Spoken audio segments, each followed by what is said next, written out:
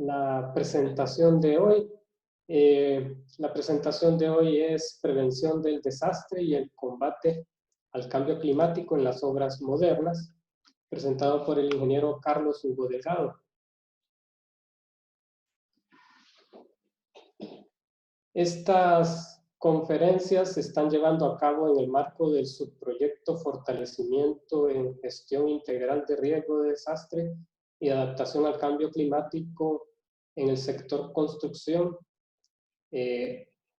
UNA-UES, desarrollado por el Departamento de Ingeniería Civil de la Facultad de Ingeniería de la Universidad Nacional Autónoma de Honduras y la Facultad de Ingeniería y Arquitectura de la Universidad de El Salvador, auspiciado por la Cooperación Suiza en América Central, con el apoyo del CESUCA y el CEPRENAC. Invitamos a todos los presentes de mantener su cámara y micrófono apagado para una reducción del consumo de ancho de banda. El día de hoy contamos con la presencia de la licenciada Ivania Padilla, directora de la Dirección de Vinculación Universidad-Sociedad, que nos dará unas palabras de bienvenida a esta presentación. Le cedo la palabra, licenciada. Muchas gracias. Sí, bueno, buenos días a todos y todas. No sé si me escuchan, si me confirman que se escucha bien. Sí, claro. Sí, sí. Ok, Sí. muchísimas gracias. Entonces, es un placer para mí, un honor haber sido invitada. Gracias a Laurita por haberme invitado a este espacio y poder acompañarlos, ¿verdad? Es realmente para mí muy satisfactorio poder estar con ustedes hoy. Y primeramente, pues, extender un saludo a los organizadores de este evento, a las autoridades académicas y a los profesores y profesoras que hacen posible la organización de esta serie de capacitaciones que son valiosísimas para la actualización profesional de nuestros graduados y graduadas, pero también de otros profesionales que tenemos en el país y en la región centroamericana, ¿verdad? Sé que hay instituciones que respaldan este proceso, como lo es la Cooperación Suiza en América Central, el CESUCA, el SICA y por supuesto CEPREDENAC, ¿verdad? Que están jugando un papel primordial como plataforma institucional, como alianza estratégica para poder contar nosotros entonces con estos procesos de formación tan valiosos y necesarios en cuanto a las necesidades que nuestras universidades y que nuestros países, regiones tienen, ¿no? Hace un par de días comentarles que pues el Banco Mundial hacía una encuesta en redes sociales y daba una serie de alternativas que la población seleccionara sobre cómo salir de la pobreza en países como los nuestros y figuraban cuatro propuestas. Una de ellas era las transferencias directas a los hogares, lo que conocemos como los bonos o las entregas directas a la población. Inversión, otra de las opciones era inversión en las empresas para generar empleo. Otra opción eran los préstamos condicionados a los países y por supuesto, la cuarta era la inversión en educación y capacitación de las personas. El 75% de las respuestas a esta consulta fue relacionado con la opinión favorable hacia la educación y la capacitación. Eso es relevante en el sentido de que la educación y la capacitación es lo que, aun y cuando no es la principal inversión en nuestro país, debería de serlo y debería de serlo en la región. Los presupuestos dirigidos a la capacitación, a la educación, tanto obligatoria como no formal, deberían de ser parte de la mayor inversión pública que deberían hacer nuestros estados. Y por supuesto, esto nos atañe porque estamos nosotros en el sector de la educación superior. Entonces, este tipo de capacitaciones que se impulsa ahora, ¿no? Que significativamente avanza en la medida en que transversaliza un eje tan fundamental en los planes de estudio de la carrera de Ingeniería Civil, como lo es el enfoque del riesgo, la adaptación al cambio climático. Estos programas educativos especializados tienen un referente en la región y esto genera un impacto en la formación de nuestros profesionales, sobre todo a futuro, ¿no? Tanto esta actividad académica como otras relacionadas con las temáticas vienen a demostrar pues la importancia de la articulación de diferentes sectores de la sociedad centroamericana que dan la pauta de la importancia que tienen relevar estas alianzas estratégicas en beneficio de nuestra población centroamericana y por supuesto de las futuras generaciones, de tal manera que estos programas, estos proyectos de formación, de capacitación ponen en el centro a las personas, a sus necesidades, a sus problemáticas, a sus potencialidades y que así debe ser. Deben ser siempre el centro de abordaje desde nuestras instituciones y organizaciones.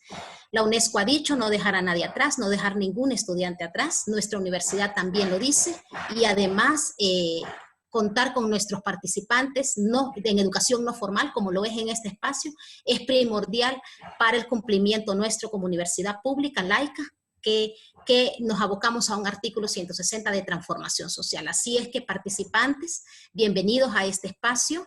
Les instamos a que puedan aprovechar al máximo con la presencia de los expositores de muy alto nivel que se están facilitando a través de estos webinars, y felicitar nuevamente a la Facultad de Ingeniería por tan importante proceso de capacitación en cumplimiento de ese artículo 160 de nuestra Constitución. Entonces, a todos y todas, que tengan un buen y excelente día y que continuemos entonces con el proceso de capacitación. Muchísimas gracias.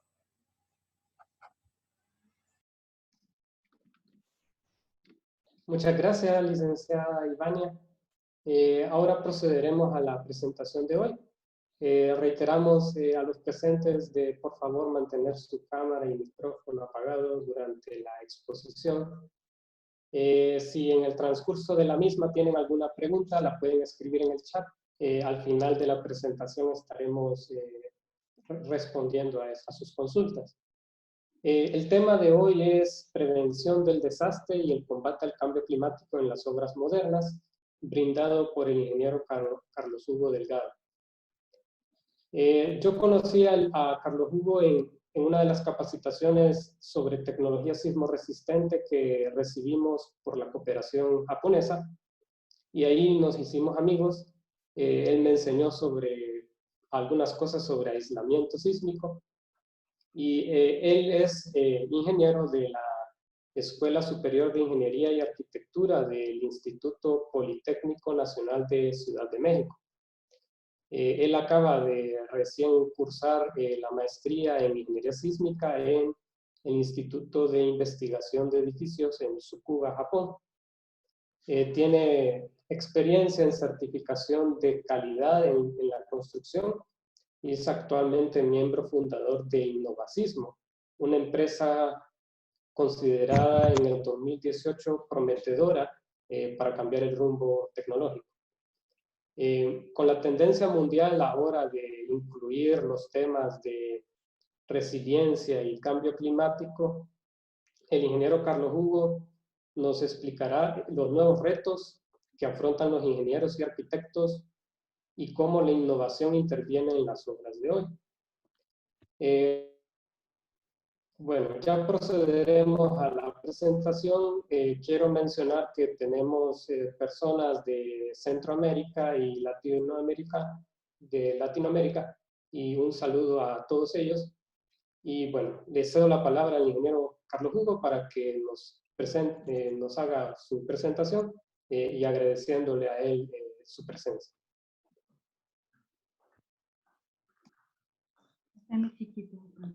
Hola, buenos días. Muchas gracias, ingeniero David. Pues vamos a empezar. Yo también concuerdo mucho con lo que dijeron. La parte fundamental de la educación es importante para el desarrollo de los países, eso sin duda. Ok, para empezar, el proyecto actual que llevamos fue sobre desastres naturales, principalmente en las zonas de alta sismicidad. Los impactos que tenía financieros, los impactos económicos, y cómo es que países que tenían un alto riesgo de impacto de desastre natural, como son Japón, China, Nueva Zelanda, Chile y Estados Unidos, abordaban este tipo de impactos. En base a eso, lo que México necesitaba para desarrollar ese tipo de negocios. Ese fue el antecedente por el cual Innovacismo fue poco a poco saliendo a la luz. Comparto mucho esta experiencia porque también puede ser de mucha ayuda en países como Honduras, toda la parte de Latinoamérica, porque son países que es difícil encontrar temas o apoyos para la investigación, principalmente la investigación educativa y las pruebas de laboratorio estructural. Innovacismo es esa pinza a veces para poder crear y innovar y desarrollar tecnologías o incluso simplemente probar muros, vigas, para seguir mejorando los estándares y los reglamentos que ya existen. Uno de los principales objetivos de la empresa fue también difundir todo este tipo de tecnologías a través de varias instituciones, ya sea financieras, educativas, y difundir lo que se está haciendo también en otros países y cómo hay aplicaciones aquí. Yo también estuve trabajando en el Laboratorio de Revisión de Obras de la Ciudad de México, estuve ahí como becario y después como técnico en el apoyo de sistemas de verificación de reportes de obras. Todo lo que era obra pública se veía y se verificaba en el laboratorio. Con esta experiencia fue que se lanzó Innovacismo como parte del sistema Innovunam y como una startup. Una vez de haber egresado de la escuela, empecé a trabajar con mi padre en esto. Actualmente también soy vocal joven del YAPSE. El YAPSE es el International Association of Bridges and Structural Engineering. Y ahí conocí al doctor Carlos Méndez Galindo, vicepresidente internacional del YAPSE y mentor en mis temas de disipación y aislamiento sísmico en estructuras. En el 2018, Innovacismo obtiene un reconocimiento, perdón, en mayo del 2016, Innovacismo obtiene un reconocimiento de parte de la revista Mundo Ejecutivo como una de las 10 startups, no, como una de las 20 startups de tecnologías que causarán un gran impacto en México. Principalmente el paper que hice de Business Interruption fue lo que me orilló mucho a pensar en ese tipo de tecnologías, pensar en lo que es sustentabilidad y lo que poco a poco hacia dónde se va a ir dirigiendo el desarrollo a nivel mundial. Este va a ser el temario de la presentación. Va a ser primero sustentabilidad, lo que es resiliencia, entorno actual, el diseño estructural, diseño con disipación, avances en la construcción y las megatendencias que se tienen a futuro. Sustentabilidad. Primero, ¿qué es la sustentabilidad? La sustentabilidad es la necesidad de satisfacer las necesidades del presente sin comprometer la habilidad de las futuras generaciones o sus necesidades. Hoy en día, el impacto de una construcción a nivel mundial de un nuevo edificio va a ser el consumo de agua, la generación de basura, el uso de materiales vírgenes, la emisión de CO2 y el uso de energía, así como el consumo de electricidad. Eso es lo que impacta un nuevo edificio construido en cualquier región. Por lo tanto, la sustentabilidad se basa en 3 pilares fundamentales del desarrollo: el ambiente, la sociedad y la economía. Esto es lo que es conocido como la base o la triple línea base. Y se enfoca en el centro de esos 3 círculos, de esos 3 pilares, para que un edificio, o lo que hoy llamamos un edificio verde, tenga menor uso de energía, mayor satisfacción en los ocupantes, menor costo en su mantenimiento y obviamente menor emisión de CO2, de dióxido de carbono. Por eso el concepto de sustentabilidad a nivel mundial va poco a poco dirigiéndose también al uso de la región. Como ven, en las ciudades grandes se va acabando el espacio y ya no hay manera de ampliar la marcha urbana, entonces empieza a hacer el uso mixto y empiezan a haber grandes rascacielos. Con grandes rascacielos tenemos mayor probabilidad de desastre y por eso se necesitan implementar mayores tecnologías de resiliencia en este tipo de edificaciones. Una parte importante, principalmente ahorita con todo lo que ha sucedido en el mundo actual, con nuestra contingencia actual, la construcción va a cambiar. Es algo que ya no se puede evitar. Ya se maneja menos el uso de aglomeraciones de población, ya no puedes tener a tanta gente en una obra por los problemas de contaminación, incluso de la transmisión de lo que tenemos de nuestro problema actualmente. Y por eso las construcciones van a ir poco a poco cambiando. Y algo que podría observarse mucho el cambio, incluso lo vemos en países más desarrollados como Japón, Nueva Zelanda, es en el uso del prefabricado para método de construcción. La prefabricación es básicamente el armar las piezas en planta con con un control de industrialización y llegar a la zona de obra y montar el edificio. De aquí viene también, quiero hacer mención del sistema LEED. El sistema LEED es mucho lo que dirige hoy en día y que de hecho la prefabricación aplica muy bien para este sistema, ya que maneja menos personal para la construcción, no tienes tanta gente, la puedes tener más distribuida al momento de montar nada más las piezas.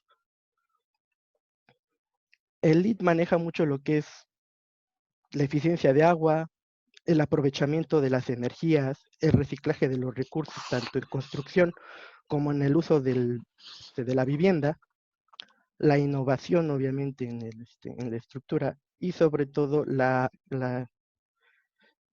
lo confortable que es la estructura para el habitante, para los habitantes, que van a ser siempre los usuarios finales de lo que hoy en día construyamos.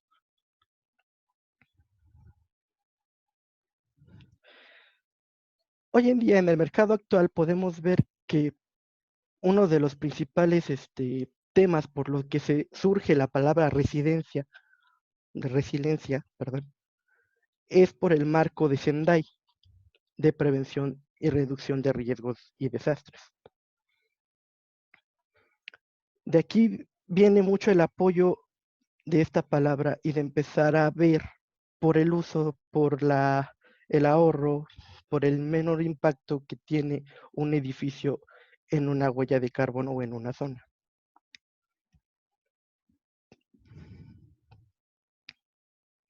El entorno actual.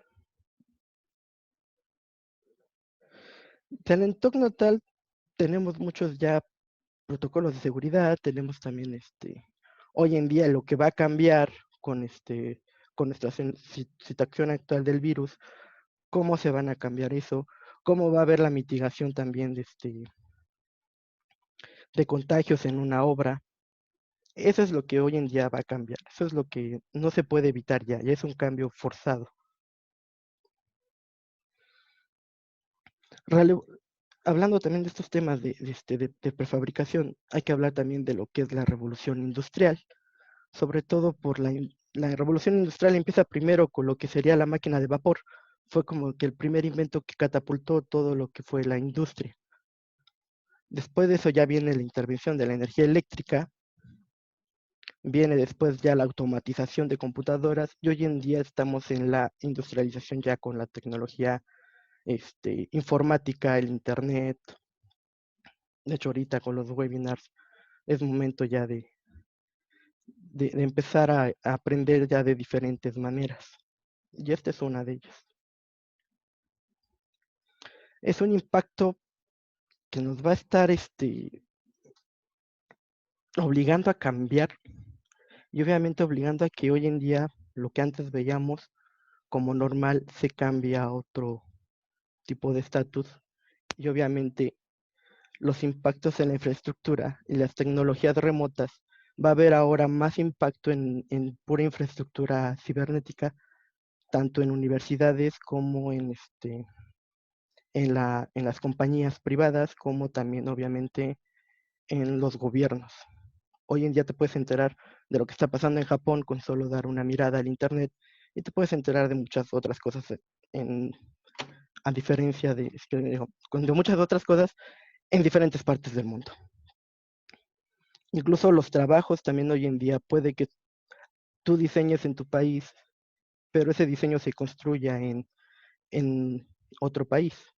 Muchos de los diseños, por ejemplo, una construcción en México puede que el diseño haya estado en, en Estados Unidos, pero eso no quiere decir que no se diseñe en base al reglamento del país, al contrario, siempre se necesita diseñar con el reglamento en el país en el que estás. Pero el problema siempre ha sido de que el reglamento siempre va a ser un mínimo. Y entonces como es un mínimo, sí se cumple y todo, pero también otra de las certificaciones que voy a hablar más adelante, ofrecen ese plus de arriesgarse un poco más, salir del estándar mínimo de diseño. ¿Para qué? Pues obviamente para mejorar la experiencia este, de nuestro cliente final, que sería el usuario del edificio. Por eso debemos de pensar mucho en el ciclo de vida de un edificio, porque es algo que incluso ingenieros que he conocido de mayor edad no logran a veces visualizar. Y es impactante ver cómo ellos, no, sí, cuando lo ves de esa forma sí tiene bastante validez. Incluso un edificio tiene un ciclo de vida. Empieza primero con la programación, la idea conceptual casi siempre y el detalle del diseño casi siempre va en manos del arquitecto. El análisis y la documentación, que es ahí cuando ya entramos ya los ingenieros, que incluso si pudiéramos entrar antes también será mucho mejor. El que sea, los ingenieros también necesitamos aprender a ver esa parte arquitectónica, que es bueno también. Después del diseño y la documentación viene la fabricación ya de las piezas para construir el edificio, la construcción, la logística de la construcción y después la operatividad y el mantenimiento. Pero un edificio tiene también un ciclo de vida y cuando llega a su final, nada más tienes dos opciones. Renovar el edificio, o sea, hacerle un retrofit, o bien demolerlo. Eso es lo que es el ciclo de un edificio que hoy en día ya debemos de saber o debemos ya de empezar a visualizar lo que vamos a empezar a diseñar. ¿Dónde va a quedar al final? ¿Dónde va a estar ese edificio que yo construí en 50 años? Uno de los casos bastante impresionantes, por ejemplo, es el edificio de HSBC, el HQ. Este es en Hong Kong, en China. Este es un edificio de 47 pisos, 180 metros en total, el cual es totalmente con la posibilidad de desarmarlo, ya que en esos momentos HSBC tenía unos problemas ahí con el gobierno de China. Entonces no sabían si se iba a quedar o no se iba a quedar, o iban a tener que salir del país. Por eso el diseño de este edificio es muy curioso, porque es un edificio que en el momento de que ellos decían, o si no cambiaban de lugar, es un edificio que fue hecho por bloques, entonces podrían desarmar el edificio totalmente y llevárselo a otro lado. Bastante interesante. De este reto actual vino el impacto de muchas otras y sobre todo el impacto de lo que puede ser la prefabricación. Creo que va a ir poco a poco cambiando, incluso va a afectar en un momento a las pequeñas construcciones de casas para interés público. Y lo vemos también en Japón. Por ejemplo, una de las cosas que también me impresionó es que Japón tiene unidades prefabricadas para después de un desastre natural, que ellos han tenido bastantes, mover esas casas prefabricadas al lugar del impacto para que la gente tenga dónde vivir. Y son casas que aquí, por ejemplo, en México fueron muchos de casas de campaña, y allá no, allá son casas, un lujo un poquito más arriba de una casa normal de campaña, porque no sabes cuánto tiempo puedes tener a la gente ahí esperando a la reconstrucción de su zona, a volver a mover la tierra en caso de que hubo un deslave, o incluso en caso de los tsunamis, pues volver a retirar ese escombro y todo lo que dejó el tsunami y volver a que esta gente vuelva de nuevo a tener su territorio para construir su hogar. Entonces, esa es una parte impresionante que también se necesita visualizar. Y esa es la parte de la resiliencia. ¿Cuánto tiempo va a tardar un país en levantarse de ese desastre? En Japón fue muy poco. Aquí en México aún tenemos problemas de que nos dejó el sismo pasado del 2017. Así que a un año, casi no más de un año, y aún, a pesar de que se ha habido un combate y se ha habido un cambio, no se ha recuperado totalmente la zona afectada. Eso es también lo que ya debemos de empezar a ver. Es lo que también la resiliencia es lo que significa. ¿Cuánto tiempo vamos a levantarnos de ese golpe? Por eso hay que siempre optimizar las estructuras y hoy en día pensar con las 3 Rs.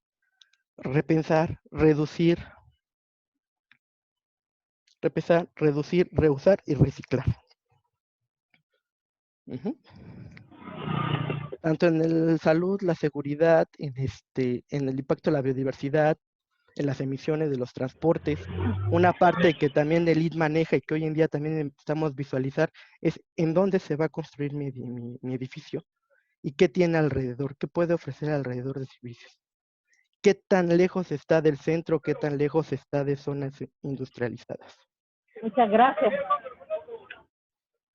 Porque incluso en muchos países ha tenido la desfortuna de que como las ciudades grandes son las principales fuentes de trabajo, empieza a haber ciudades dormitorio alrededor de las ciudades grandes, porque la gente tarda tanto a veces en llegar a su lugar de trabajo en el centro, que nada más llega a su casa lejos, nada más y únicamente a dormir. Y es un problema que también se sitúa bastante en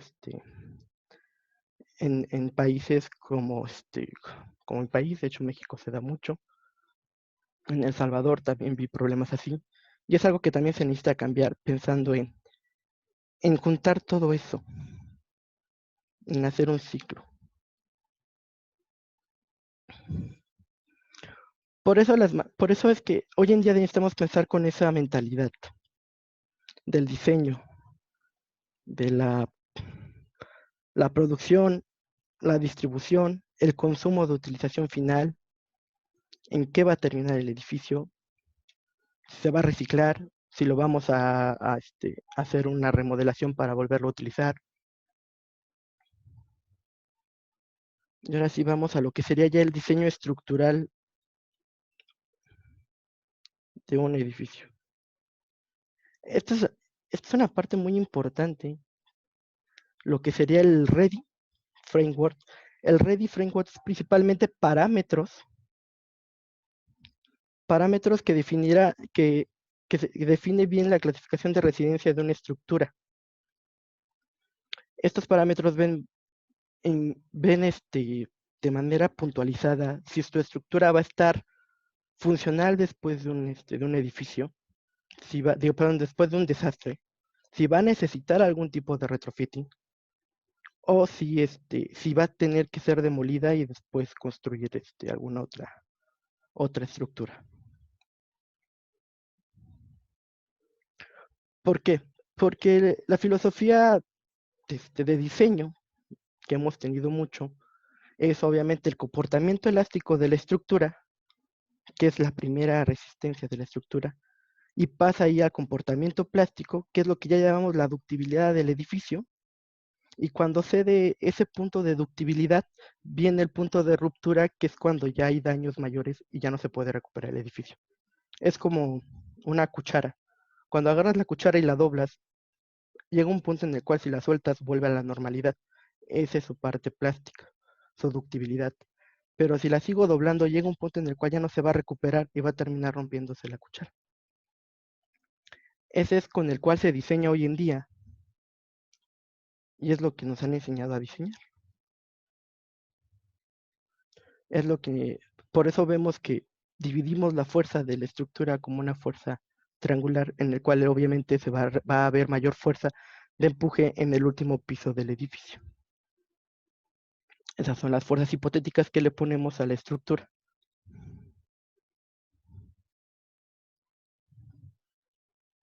Obviamente otro avance también es el utilizar los espectros de diseño, basándonos en el riesgo que hay, principalmente de riesgo sísmico en una zona.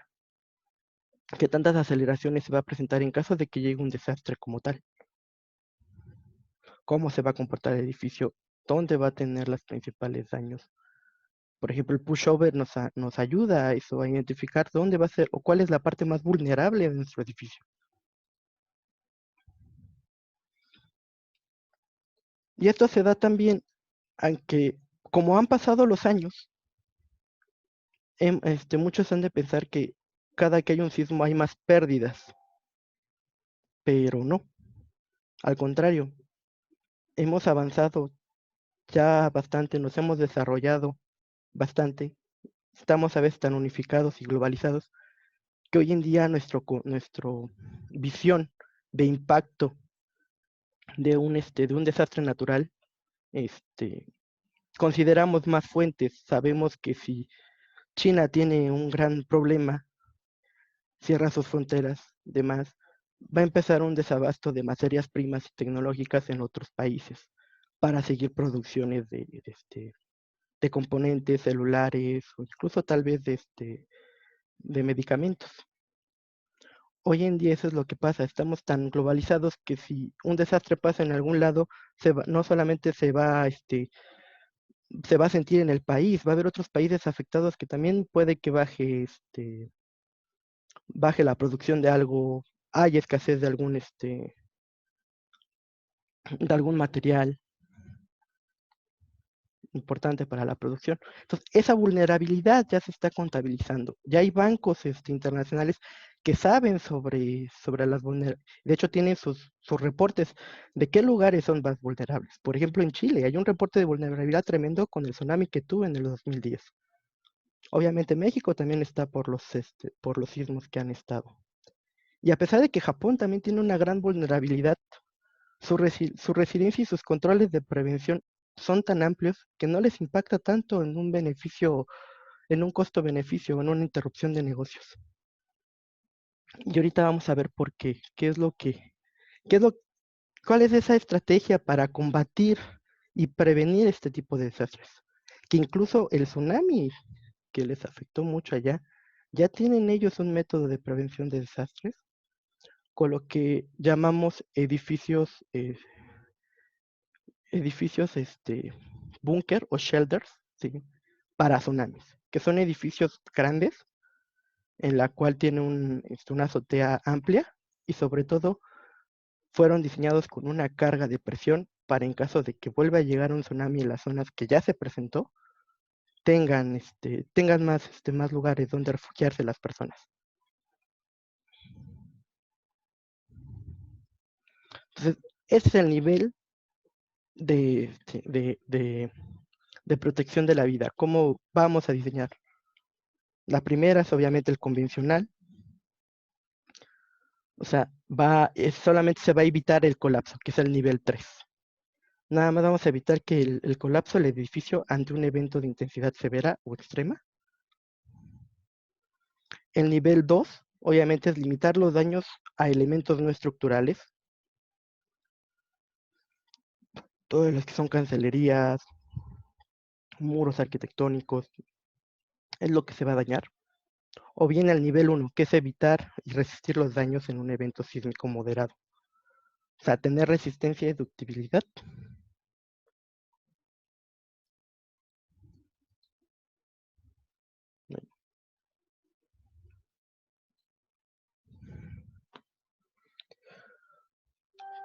Por eso es importante primero la protección de la vida. En el nivel 1, es importante la protección de la vida, el mayor confort, obviamente, de la persona que está en el edificio, la protección estructural y de los contenidos, el desempeño que vaya a tener el edificio y sobre todo la continuidad operativa del edificio después de un sismo. Este tipo de tecnologías se están dando ya poco a poco en Latinoamérica. Ya puedo decir que México no es el único con orgullo. Ya hay otros lugares que se están visualizando este tipo de tecnologías. Y sobre todo, principalmente en hospitales, centros de riesgos como son los edificios de bomberos, los edificios de gobernación, que son muy importantes para la logística después de un desastre natural. El hospital necesita tener un hospital funcionando después de un sismo, después de algún deslave, después de alguna inundación. Vas a tener personas que van a estar heridas y que van a necesitar atención. Y en caso de los sismos, las aceleraciones que puede presentar un hospital dañan, ¿cierto? La estructura puede sobrevivir. No le pasó nada a la estructura porque es bastante rígida y también fue dúctil al momento del sismo. Pero la aceleración en los pisos llegó a tanto que hay equipos de rayos X, equipos de sondeo, que se dañan por esa aceleración y se descalibran. Y no puedes usar el equipo porque pues, no está en condiciones para poder ser usado. Entonces tienes que mandar a alguien, en caso de que tú tengas un personal que lo arregle, si no, en ese caso vas a tener que llamar a algún técnico de otro país a que arregle y vuelva a calibrar el equipo médico. Por eso es que principalmente este tipo de prevención de desastre de dispositivos sísmicos, sobre todo el aislamiento, se dan en edificios como hospitales bastante, porque es un edificio que necesitas tenerlo operativo después de un desastre. Ecuador ya tiene edificios totalmente aislados, México tiene. Poco a poco se va a ir aumentando el número de edificios que tengan estos atributos. Porque esa es una gran filosofía entre qué es un desastre y una catástrofe. ¿Cuál es el punto? ¿Cuál es la línea delgada que consideras un desastre o una catástrofe? Esta es Nueva Zelanda. Todo lo de aquí que ven aquí era básicamente la ciudad y lo que ya vemos aquí fue después del desastre. Muchos edificios se cayeron. En Nueva Zelanda durante mucho tiempo fue un lugar que no era considerado sísmico. Fue aquí donde nace justamente el aislamiento. Es una historia que mi padre me cuenta mucho.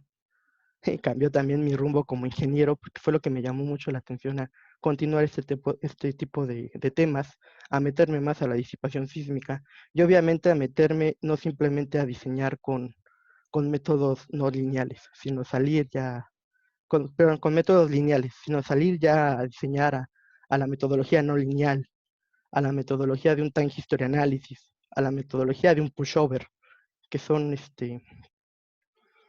análisis de diferente, que compila y necesita más horas y sobre todo más intervención. ¿Qué fue la historia que siempre me cuenta mi padre? El doctor William Robinson fue el creador de los aisladores de centro de plomo, los LRB, Lead Rubber Bearings. Él era realmente igual de la investigación, un docente, pero investigaba principalmente cómo reducir el impacto o el riesgo de mortalidad de una persona cuando se accidenta en un coche. Cómo reducir ese impacto de un accidente y que la persona o el conductor no muriera. Uno de sus alumnos, por azares del destino, terminó con él en uno de sus equipos de prueba, probando justamente este tipo de defensas para los carros, pero él era ingeniero civil y terminó con él. Y le empezó a decir al doctor Robert Wilson, pues sí, aquí medimos el impacto, que es casi lo mismo que un sismo, y podemos salvar 3, 4 personas. Pero si podemos aplicar la misma tecnología en edificios, podríamos salvar más, porque también un impacto es el sismo. Fue así como él dejó su investigación y se metió a estudiar ingeniería civil y terminó con los dispositivos de centro de plomo. Que a pesar de que digan que es nueva tecnología y todo, la verdad es que no, ya lleva bastantes años en el mercado. Obviamente los primeros edificios con este tipo de tecnología fueron en Nueva Zelanda, después se fueron aplicando a Japón, y hoy en día ya tenemos en Estados Unidos, tenemos en México, tenemos en Ecuador, tenemos en El Salvador, el Chile ni se diga. Chile también ha tenido un desarrollo de prevención de desastre y de sismos y tsunamis bastante amplio. ya hay maneras de evitar los daños. Pero, ¿cuál es el concepto principal del aislamiento sísmico? Es justamente separar el comportamiento del suelo con el que va a tener la estructura, como lo podemos ver en la imagen de la izquierda, y lo podemos ver mejor en el video que les voy a presentar en estos momentos. Cómo funciona, cómo es que protege los contenidos.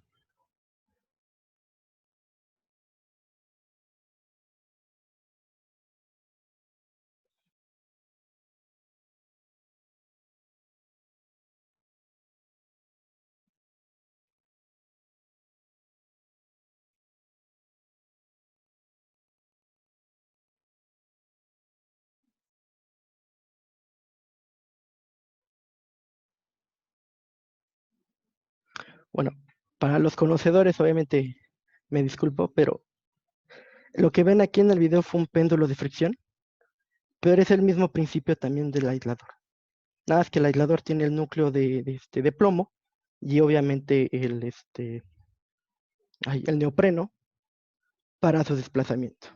En cuanto al péndulo de fricción, es simplemente la fricción entre placas deslizantes con una curvatura y una placa en el centro. Pero es el mismo, se busca lo mismo, separar el comportamiento de la estructura, la aceleración de la estructura con la que va a presentar el edificio.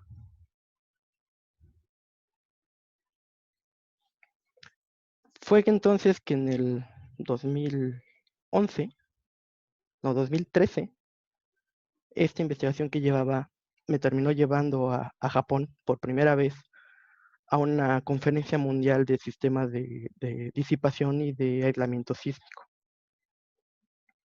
Fue ahí donde vi cómo en Japón tienen un montón de sistemas que podemos ver en la foto de la derecha, justamente para evitar los daños en el edificio. Tienen desde el mismo concepto, pero con acero, con placas de acero, que son estos se dirían aisladores de fricción. Tienen también los que serían los aisladores totalmente de plomo, que es otra forma de aislar el edificio, de reducir. Tienen paredes con un componente elastomérico en el centro, que ofrecen una resistencia opositora al movimiento del sismo para reducir la aceleración del edificio. De tal manera que si presentas un sismo con una aceleración alta, el edificio va a tener una manera de reducir su aceleración y por lo tanto también tener menos daños al momento del sismo.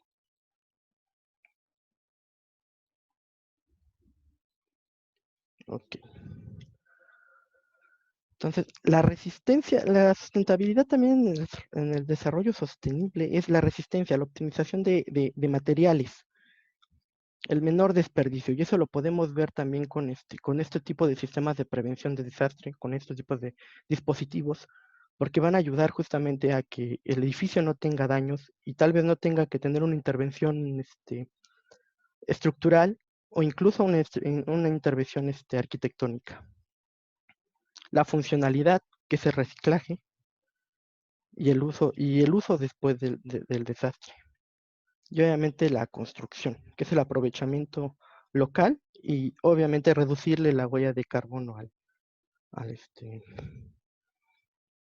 edificio. Pero ¿por qué esta parte de aprovechamiento local? Principalmente al tener un dispositivo sísmico, dependiendo también del reglamento, pero nos da la oportunidad de optimizar la estructura y tal vez reducirle el acero, el área de acero a la estructura. Porque hoy en día también he visto edificios con unos armados grandes de acero, que llega un punto en el cual dices si tanto acero realmente va a aprovecharse o si realmente va a funcionar, porque ya es un mar de acero. Tanto así es el impacto de esto, que ya hay investigaciones utilizando otro tipo de materiales, ya no simplemente acero.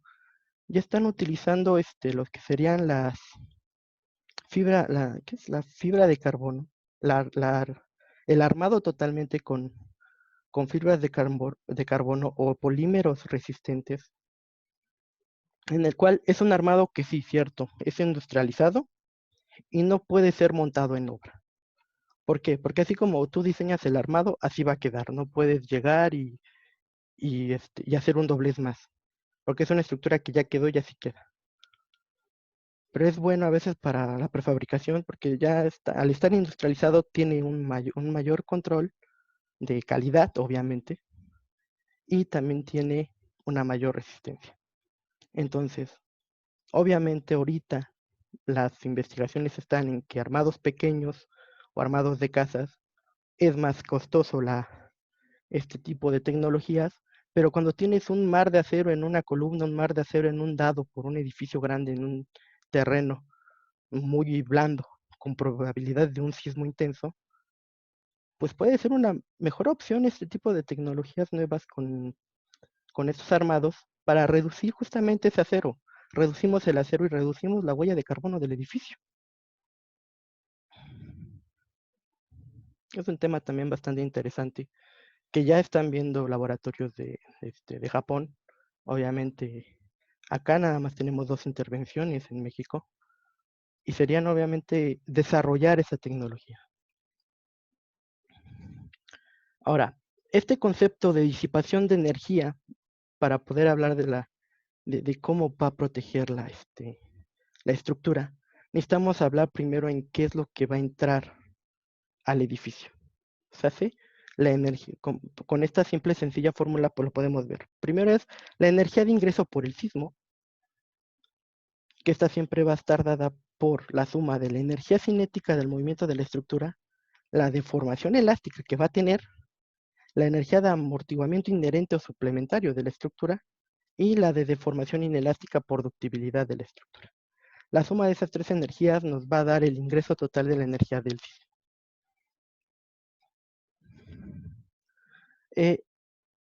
La disipación juega principalmente con la energía de amortiguamiento inherente y suplementario de la estructura.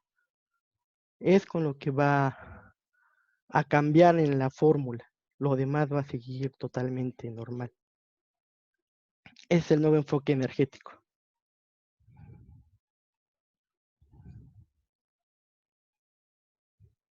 Estos son unos ejemplos también de aisladores que han estado instalando en Latinoamérica.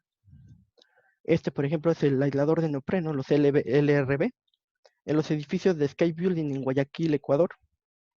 Ecuador también ya tiene creo que son 2 o 3 hospitales con este tipo de tecnologías.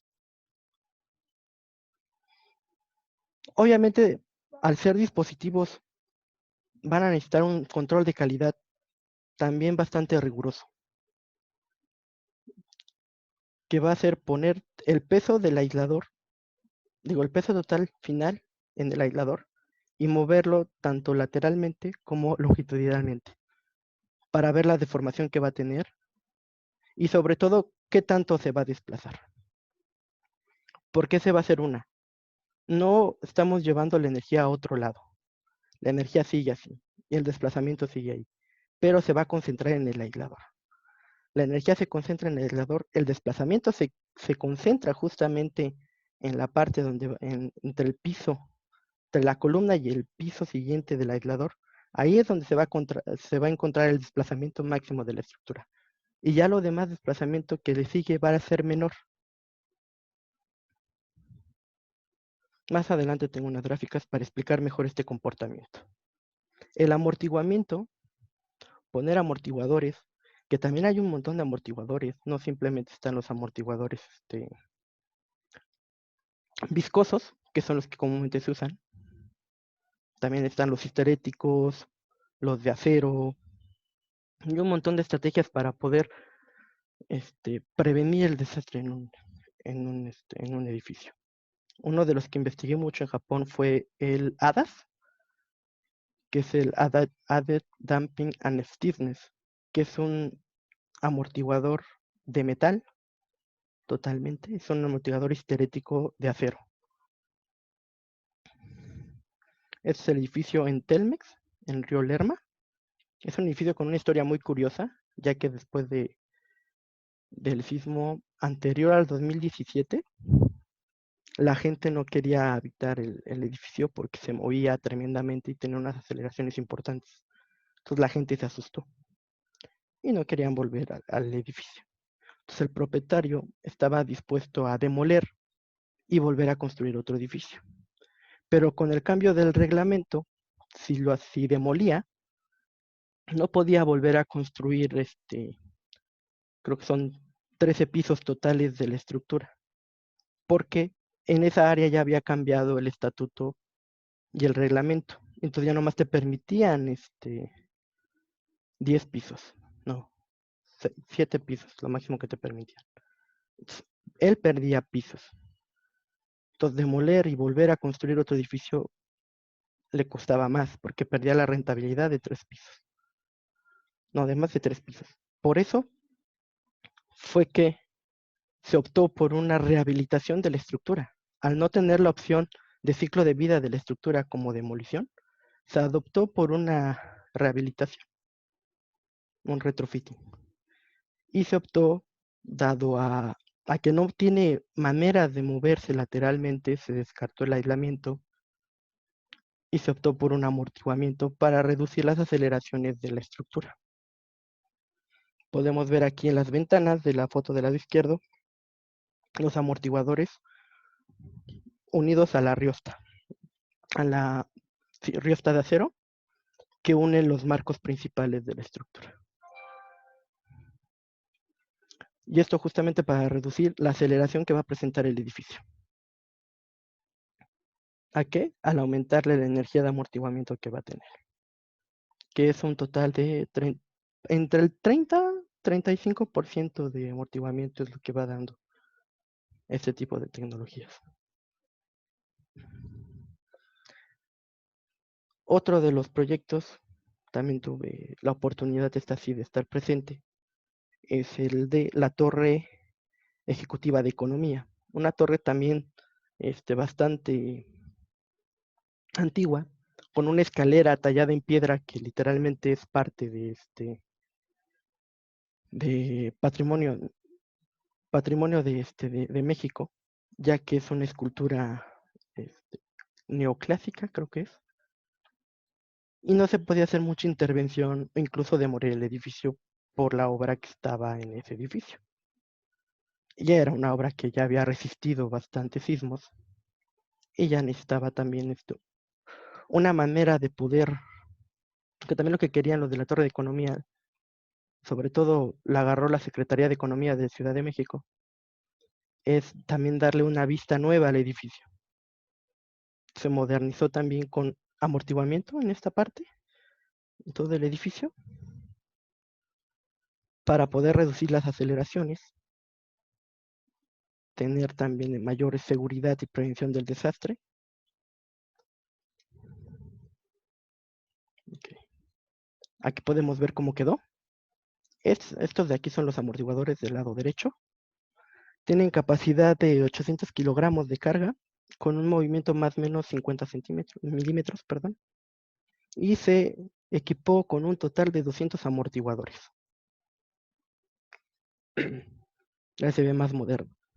De hecho, unas cosas que sí le gustó al arquitecto de esta remodelación fue ese exoesqueleto que quedó en la estructura. Porque incluso se mantuvieron los perfiles, se mantuvo toda la parte de la estructura interna, nada más se le dio el acabado de cristal, que era diferente a cómo se veía.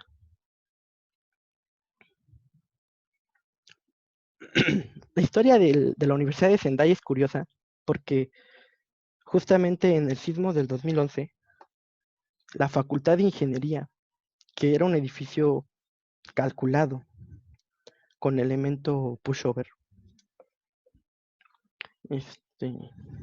presentó daños, pero no fue daños por el sismo como tal. O sea, sí fue por el sismo, pero lo dañó el estar vibrando. Su modo de vibración había cambiado un poco con lo calculado.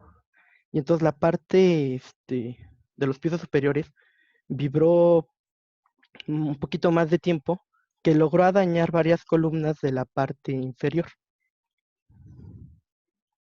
Se dictaminó por demoler y se construyó el nuevo edificio de ingeniería con dispositivos sísmicos, que podemos ver a continuación. Estos de acá. Y también se puso un método de monitoreo del edificio bastante sencillo para ver el desplazamiento del aislador, que nada más fue poner, como ven en la foto de la derecha, un puntal a una diana para medir el desplazamiento total del edificio. Ese fue su método de monitoreo. Más adelante comparto las vivencias. Aquí estamos justamente en el Building Research Institute. Otra cosa que me impresionó mucho de Japón y que hoy en día también difundo a que ustedes también lo hagan, el mantener, obviamente, los lugares que se puedan, obviamente, dentro de la seguridad, obviamente, pero mantenerlos para que la gente vea cuando hay una ruptura, por ejemplo, en esta la falla local del suelo, que obviamente provoca un sismo, que son los sismos por falla. Vemos cómo cuidaron la falla para que se viera cómo se movió, se viera el desplazamiento del suelo. Eso es muy interesante porque son cosas que aquí a veces no se dan o no se le da la importancia que debería, ¿no? Y la gente debe conocer eso, o sea, ¿por qué se ocasiona un sismo? Porque hoy en día muchos no saben de la interacción que tienen las placas y cómo se ocasiona un sismo. O muchos no saben del problema o de las consecuencias que tiene a veces la sobreexplotación de un área y el cortar árboles de alguna montaña que puede terminar con una inundación fuerte, terminar en un deslave, ¿no? O sea, ese tipo de conocimientos que a veces pensaremos es bastante básico, hay que seguir difundiendo porque nunca sabes cuándo puede evitar un riesgo.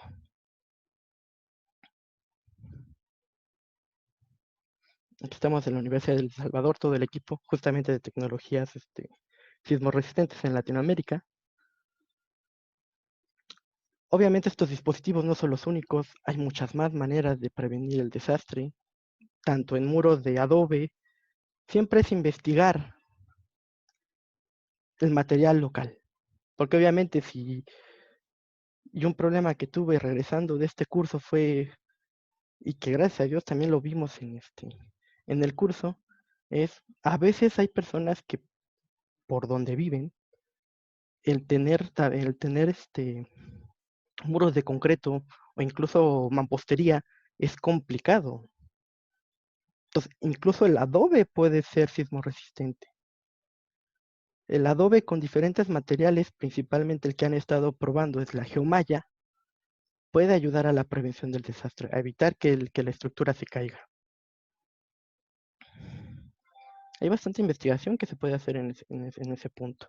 Y de hecho lo vimos en El Salvador con las casas de adobe, que ya en un punto la gente se quejaba mucho también de que esas casas fueron con lámina, el techo. Y tanto en El Salvador como en México se tiene la costumbre de que el techo comúnmente va de madera y loseta. Y es un peso extra que obviamente va a afectar estructuralmente a la casa. Pero hay otras maneras también de ver, no simplemente el, el recubrimiento de la geomalla alrededor de la pared es una manera de prevención del desastre. También tal vez en la parte superior de la pared el poner pequeños tendones o cables de preesfuerzo en cruz ayuda al comportamiento de la estructura, a un mejor comportamiento. No necesitamos complicarnos a veces con una tecnología muy cara o muy acá. Simplemente hay que ver qué es lo que necesita el edificio. Y es una de las filosofías que también trae mucho el ingeniero Carlos Méndez de primero hay que ver qué quiere el edificio, cómo se comporta el edificio. Porque hay edificios que obviamente nunca, por más que estés a favor del aislamiento, tal vez nunca van a poder llevar aislamiento. Porque tienen fuerzas muy altas de tensión, Entonces en ese caso, bueno, pueden llegar a algún otro tipo de dispositivo para prevenir su desastre. Pueden ser amortiguadores, pero es que el amortiguador viscoso está muy caro. Pueden ser amortiguadores histeréticos de acero, que ayudan también, son más accesibles, que ayudan también a amortiguar la estructura. Y nunca sabes, a veces un 15, 17% más de amortiguamiento en la estructura ayuda bastante a que esa estructura no se dañe. Es mucho mejor que simplemente considerarle un 5%.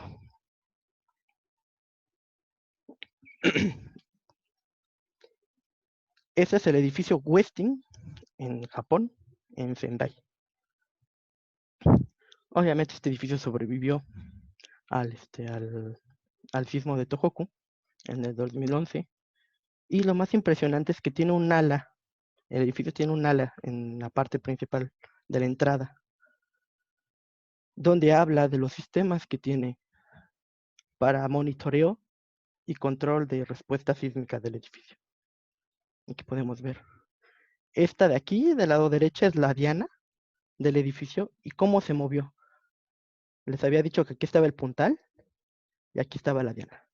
Y aquí vemos la rayadura que tiene la diana, es cómo se comportó el edificio que está aislado. Podemos ver aquí cómo se rayó y cuál fue el desplazamiento máximo que alcanzó, que es de 23 centímetros.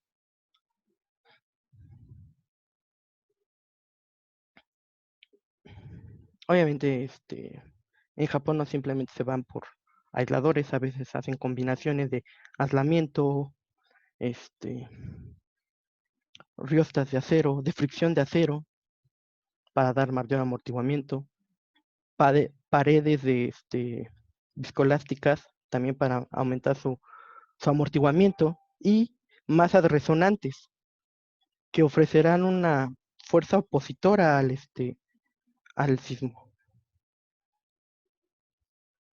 De hecho, después del sismo de Tohoku del 2011, en Japón se vio, y es donde más se difunde, cómo la prevención es mucho mejor y cuesta menos a la larga, que hubo un montón de inversión en este tipo de tecnologías, principalmente en aislamiento sísmico.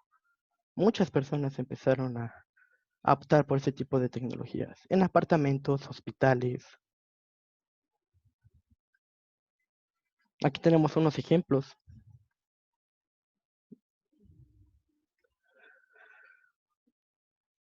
A veces peleamos mucho el que los arquitectos no les gusta mucho cómo se ve el amortiguador, pero hay diferentes configuraciones para poder poner un amortiguador.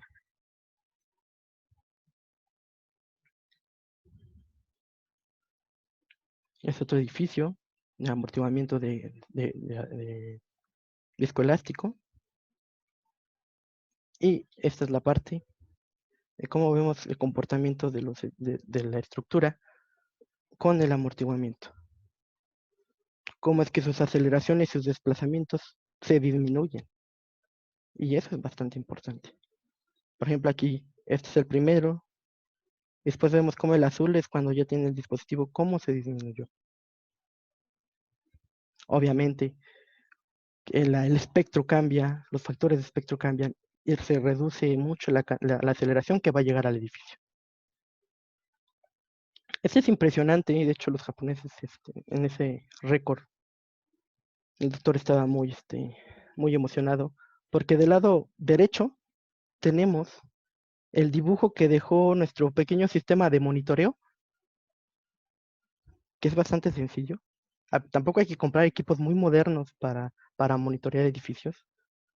Hoy en día incluso he visto, principalmente en El Salvador, cómo hay chicos que pudieron monitorear un edificio de 10 niveles con celulares.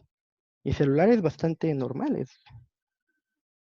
Cierto, tendrán un grado de error, que al fin y al cabo con un poco de experiencia va reduciendo ese factor de error, pero es mejor que no tener nada.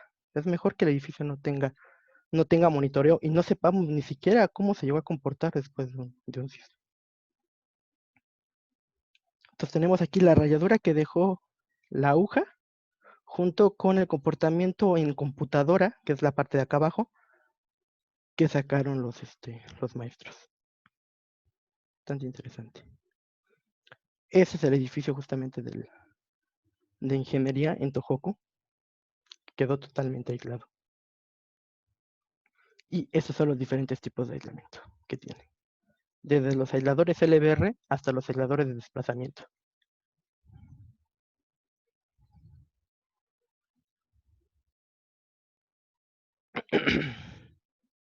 Vamos a pasar. Y aquí me voy a pasar rápido con unos ejemplos.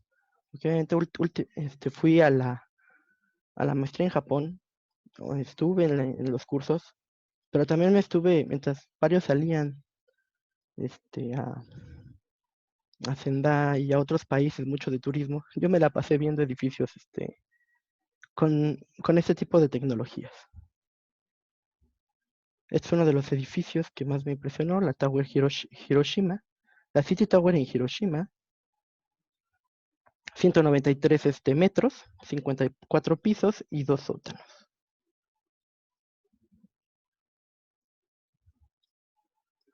Estos son estructuras también totalmente prefabricadas. Este es en Osaka, la Panasonic Tower. Este tower tiene amortiguadores, si no me recuerdo. Igual, 192 metros.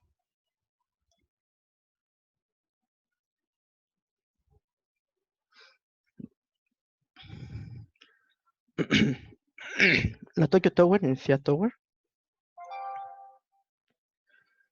La torre de Kobe de Shanamori. Ese es de Bayashi Corporation, 54 metros, 190 metros, perdón, 54 pisos. Este es muy interesante, es la Sendai MT Building, es en Sendai justamente. Este también estuvo monitoreado con el mismo principio de la aguja y la diana. Y podemos ver aquí el comportamiento del lado derecho, aquí, el comportamiento del story drift, de las derivas de piso que presentó en la estructura y cómo se movió los aisladores.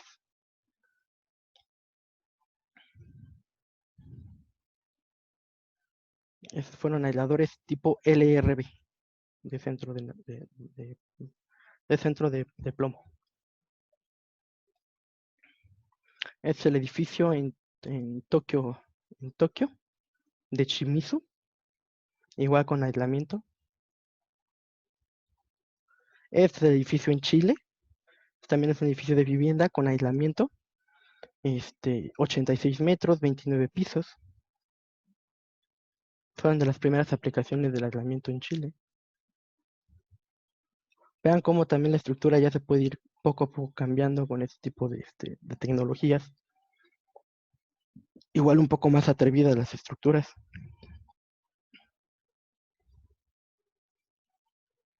Es muy impresionante el Apple's Campus, porque es básicamente un proyecto que tuvo Apple desde, creo que ya de los últimos que dejó Steve Jobs. Es un proyecto totalmente resiliente, que tuvo todo lo que es sostenibilidad en la estructura, manejo de energía, reciclaje de agua, confort en las personas. Hoy en día eso también va a cambiar, a pesar de que el ya lo manejaba confort, que de hecho es otro tema. Hablar de LIT es un tema totalmente diferente, pero uno de los principales temas que habla LIT es el ambiente de trabajo, el ambiente que va a tener la estructura. Y hoy en día es lo que necesitamos manejar, porque con nuestra situación actual, ese ambiente de trabajo ya va a tener que ser muy amplio. Ya no podemos concentrarnos todos en un mismo lugar, y se puede trabajar así. Y yo creo que hasta en mejores condiciones y más alegre trabajas de esa forma. Se va metiendo ahorita, LIT ya lo consideraba el beneficio y como parte de su certificación, pero hoy en día más se debe de aplicar ese tipo de ambiente amplio, en el cual tengas un distanciamiento social. El que tenga distanciamiento social no significa que tampoco vayas a hablar con el de al lado, ¿no? Al contrario, sociabilizar todavía se necesita, pero las maneras se van a cambiar. Este edificio fue construido por módulos, bastante impresionante, y tiene juntas expansion joint, juntas de expansión, justamente para prevenir desastres. Bastante interesante, totalmente prefabricado, que se tiene un mayor control en la prefabricación. Y obviamente, al momento de montar, tienes menor personal. Y hacia allá va a ir el desarrollo últimamente. Hacia allá ya nos está empujando las condiciones actuales, el ir a métodos más sostenibles, más ecológicos, menos personal en las estructuras.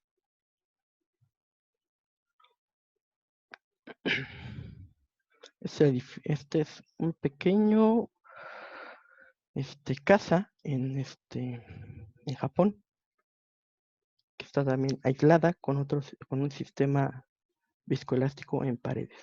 Se ve interesante también.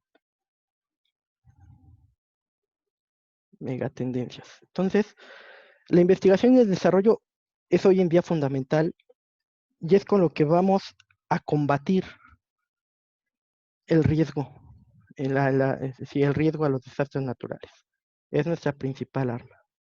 La innovación, obviamente disipación sísmica, prefabricación, también el acero no se queda atrás.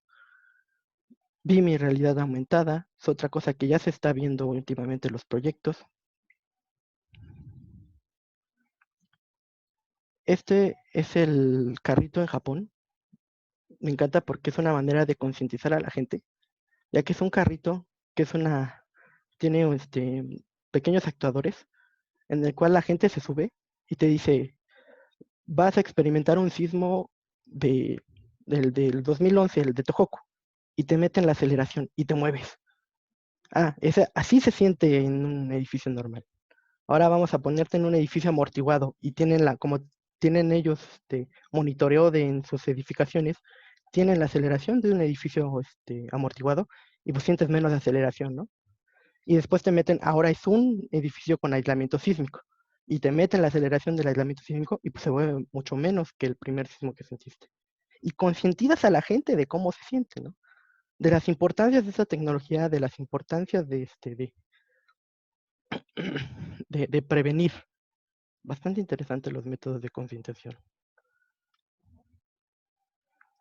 Este es uno de los laboratorios más grandes de Japón, el NET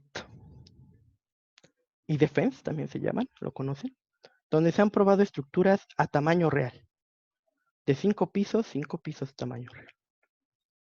Inmensamente grande la mesa, inmensamente grande el equipo, son actuadores bastante grandes que pueden llegar a tener aceleraciones desde 200 centímetros por segundo, perdón, velocidades de 200 centímetros por segundo y aceleraciones de 0.9. Son muy interesantes de este tipo. Y es vital porque la investigación siempre nos va a ayudar a prevenir los desastres. Si queremos combatir el desastre, debemos de saber primero sobre el comportamiento de las estructuras de nuestra sociedad ante ese desastre. Por eso la investigación es fundamental en la prevención. Y por eso quería terminar con eso aquí, esta plática. Voy a presentarles por ejemplo, es en Estados Unidos. El comportamiento de un puente ante una onda sísmica.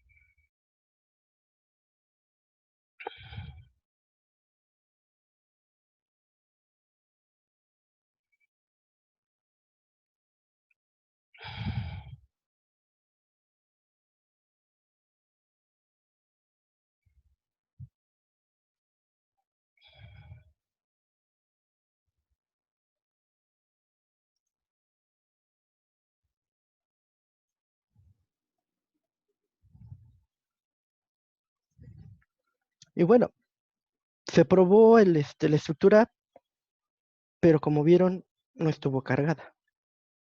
Estuvo entonces la idea, bueno, ¿y si cargamos la estructura?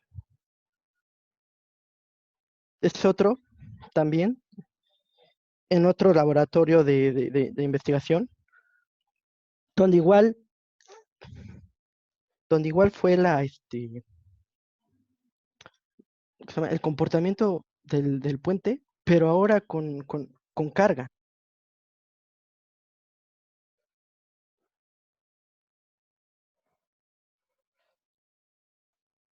Aquí podemos ver cómo meten el récord del sismo.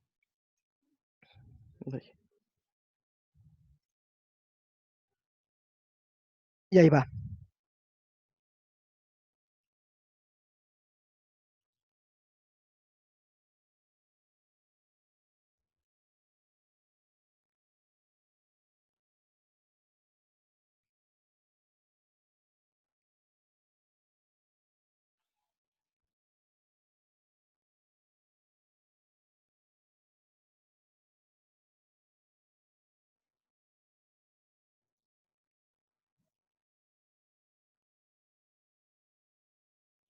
Como vieron, pudieron concluir bien el movimiento de los coches al momento de tener la onda sísmica. Entonces, ya que sabes cómo se comportó, sabes cómo va a estar arriba, cómo va a estar el coche moviéndose arriba, tienes una manera de pensar en cómo prevenirlo. Esto es Japón, el e-defense. Uy. Mm,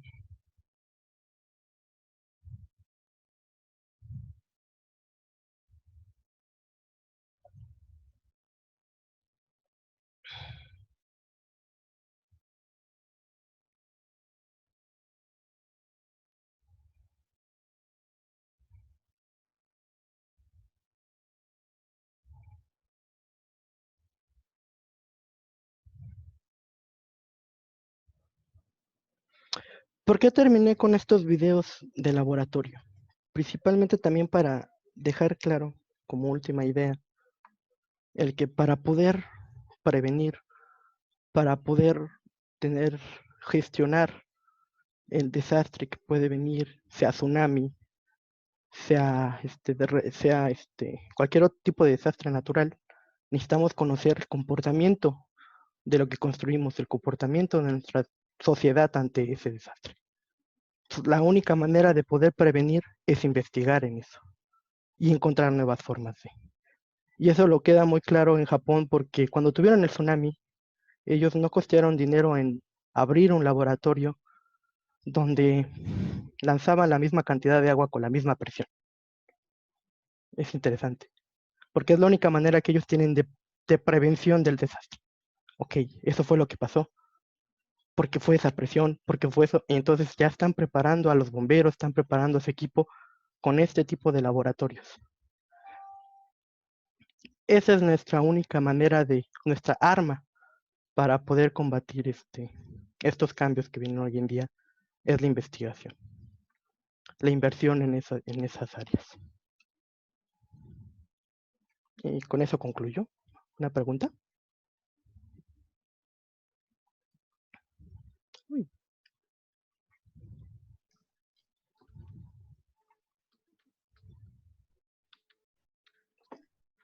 Ok, muchas gracias, ingeniero Carlos Hugo. Estuvo muy interesante la presentación. Antes de pasar a la sesión de preguntas, tenemos a un representante del SICA, del Sistema de Integración Centroamericana, Jorge Cabrera, a quien le cedo la palabra para que nos dé algunas palabras.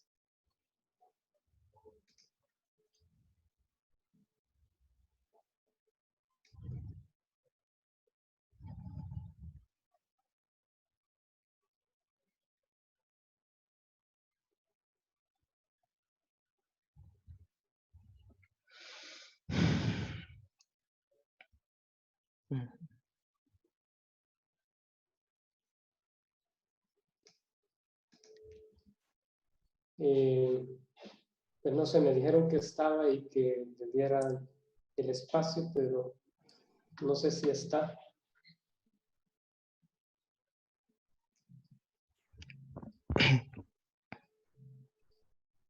Bueno, no, entonces pasaremos a la sesión de preguntas, que tenemos varias.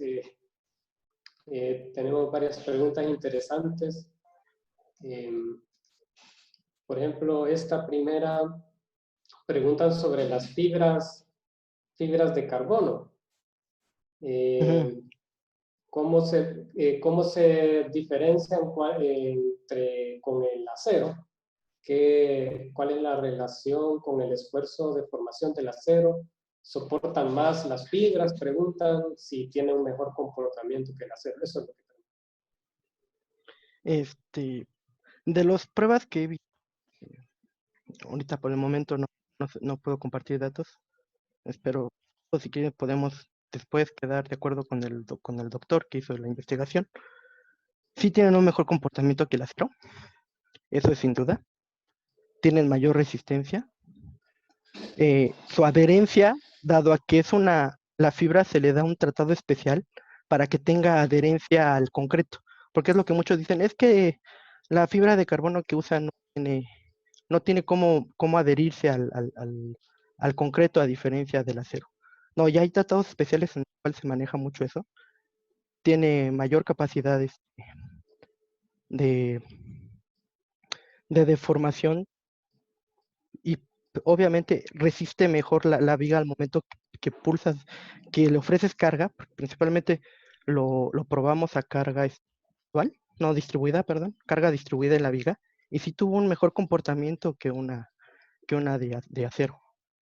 Eso sí, los armados necesitas ya venir calculados, tú ya necesitas calculaste el armado. Se calcula diferente porque obviamente tiene diferentes patrones de módulos de Young, tiene diferente resistencia, el armado sale diferente, a veces sale mucho menor que el armado de acero y tiene la misma resistencia. El problema hoy en día es que las fibras están actualmente muy, muy caras, más que el acero. Pero cuando estás teniendo armados grandotes, de tal vez 8 centímetros de acero, un poquito más de 8 centímetros de acero, este tipo de fibras ya es una opción, porque ya te abarata el costo. Entonces ya utilizas menos vueltas en el armado, menos estribos, para poder cumplir con la resistencia mínima de la pieza.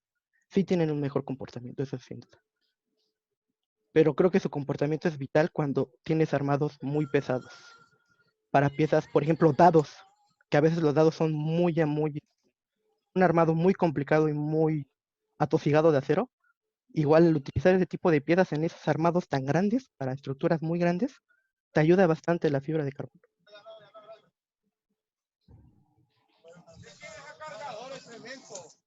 Ok, muchas gracias. Gracias, amor. Tenemos otra pregunta. Cargador de cemento.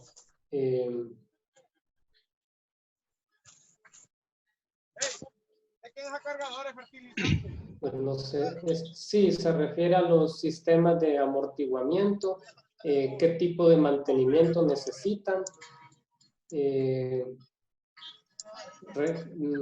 Más o menos quieren saber sobre su vida útil. Excelente conferencia, dice. Salud. Muchas gracias, muchísimas gracias. Los amortiguadores viscosos no necesitan mucho mantenimiento. Sin duda lo único que necesitan es nada más una revisión visual después de un sismo, después de un evento de desastre. En cambio, por ejemplo, cuando vamos de fricción o histeréticos de acero, esos ya necesitan no es mantenimiento, pero es común que esos dispositivos tengas que cambiarlos después de un sismo. Sobre todo porque estos amortiguadores, tanto los viscosos como los de acero, como los de fricción, van a funcionar solo cuando se presente la aceleración y la onda sísmica. O sea, hace que sí, en el diseño necesitamos considerar el viento para que no afecte al amortiguador. En caso de que no hayamos considerado el viento, entonces tal vez sí tengan que tener un mantenimiento no mayor, pero sí mínimo de revisión, porque van a estar constantemente trabajando si es que si no consideramos el viento. Ajá, cae mal. Pero fuera de eso no necesitan mantenimiento.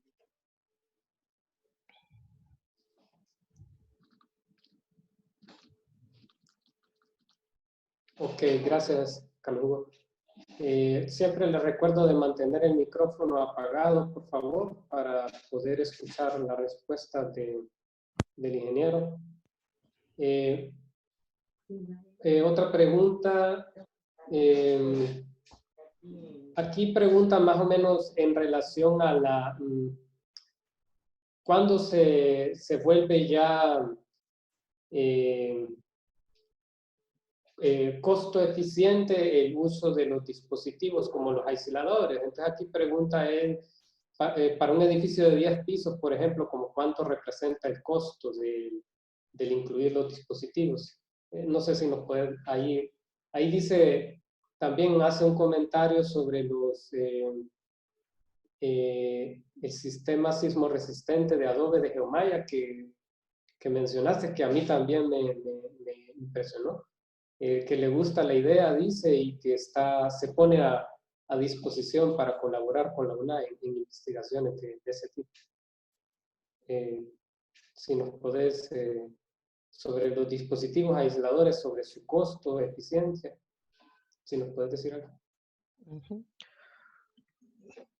Eso siempre se evalúa desde cómo vas a querer la estructura, porque obviamente siempre te va a ayudar a que un sistema aislado va a ser totalmente funcional después de un sismo. Por ejemplo, pues que para casas no lo ven muy eficiente, por casas de 3 pisos, más cuando es concreto.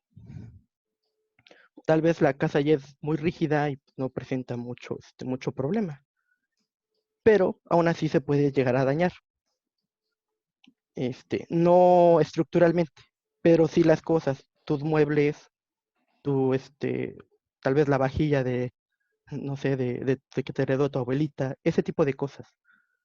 Entonces, ahí sí, lo que he visto es, tal vez individualmente no sea muy eficiente, pero sí, por ejemplo, en China se ha visto, se ha hecho por primera vez el hacer una plancha grandota y la plancha de concreto está totalmente aislada. Y entonces ahí edificas tú casitas, o un edificio. Y entonces ahí ya se vuelve más económico. Porque sí, tal vez para una casa no sea muy económico, te va a terminar costando más. Pero va a evitar, obviamente, que tus cosas se dañen, que tu mueble se caiga, o que incluso tú, en caso de que un sismo llegue en la noche, te pueda aplastar algún mueble. Entonces, ese tipo tampoco es por meter miedo ni nada, pero es ese tipo de beneficios a veces del aislamiento. Ahora, también depende de lo que necesite la estructura, porque si realmente no necesita ese tipo de aislamiento, bueno, está también el amortiguamiento también. Pero yo creo que si el costo-beneficio es en eso, se basa en si lo quieres operativo después, si no quieres ningún daño arquitectónico, y en caso de que sea para una edificación más grande, igual, tal vez uniéndose, puede ser una plancha grande en la cual tú pones edificaciones de casitas arriba y sin problema. Es una de las soluciones que se han dado para sociedades sustentables. Pero sí, individuales de casas pequeñas yo creo que sí es bastante costoso, pero también se puede desarrollar este tipo de dispositivos. Por ejemplo, una casa pequeña no llega a tener los 23 centímetros de desplazamiento de un edificio. A lo mucho tendrá 3 centímetros. Entonces tal vez ahí ya no te conviene un aislador, pero te puede convenir un deslizador. El deslizador es más barato y pues te permite fácilmente reducir la aceleración en tu estructura, mientras que el deslizador va a tener tal vez aproximadamente 3, 4 centímetros de desplazamiento, no mucho. Entonces depende mucho de ello. Obviamente el aislador no es el único dispositivo sísmico que va en la base. Están los deslizadores, están simplemente los neoprenos de apoyo y están los péndulos de fricción. Pero sí, para casas yo creo que ver el sentido a un deslizador es mejor, ya que tu desplazamiento no va a ser mucho. Pero todo siempre va a depender mucho de tu estructura. Ok, sí. Aquí preguntan otra sobre, sí, creo que va en ese sentido. Bueno, preguntan, para casas o edificios de 4 pisos, por ejemplo, ¿son afectadas de manera considerable por los sismos? De ser así, ¿qué alternativas hay para estas estructuras? Aquí en México se ha dado mucho utilizar ¿cómo se llama? Las riostas de pandeo restringido, o lo que se conoce como VRBs, que no son tan costosos como el amortiguador, pero sí ayudan a tener un amortiguamiento mayor al 5% normal de una construcción. Ya dije, a veces un 17%, un 15% mayor te ayuda mucho al edificio. Entonces, en México se ha dado mucho el utilizar este tipo de tecnología en ese tipo de construcciones. El meter los BRBs, que obviamente funcionan mucho mejor que simplemente una riostra de acero transversal entre nodo y nodo de piso de una estructura. Es más eficiente el BRB. El BRB es otra. Le están dando mucho apoyo últimamente. Últimamente ya hay muchos que desarrollan esa tecnología. Tal vez fue una tecnología que me faltó ahorita hablar, pero también es otro sentido que se puede utilizar bastante bien. Ok. No sé, tenemos como unas 4 o 5 más preguntas. No sé cómo estás con el tiempo, te pregunto porque creo que me habías dicho que tenías una reunión cercana más después. Así, ahorita estoy bien con el tiempo, no hay problema. Ok, gracias. Preguntan si el efecto del sismo hace que el diagrama resultante de la falla salga del círculo de confort, salga de la zona de confort, qué procede, cómo concluyen los dueños o diseñadores en qué hacer en el edificio.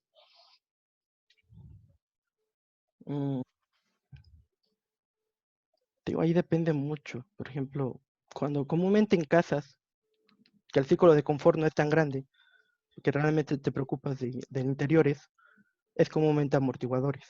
Es comúnmente algún otro sistema. Por ejemplo, en Japón es muy dado los BRBs. Los BRBs también son utilizados tremendamente. Y eso ayuda mucho al ciclo de confort.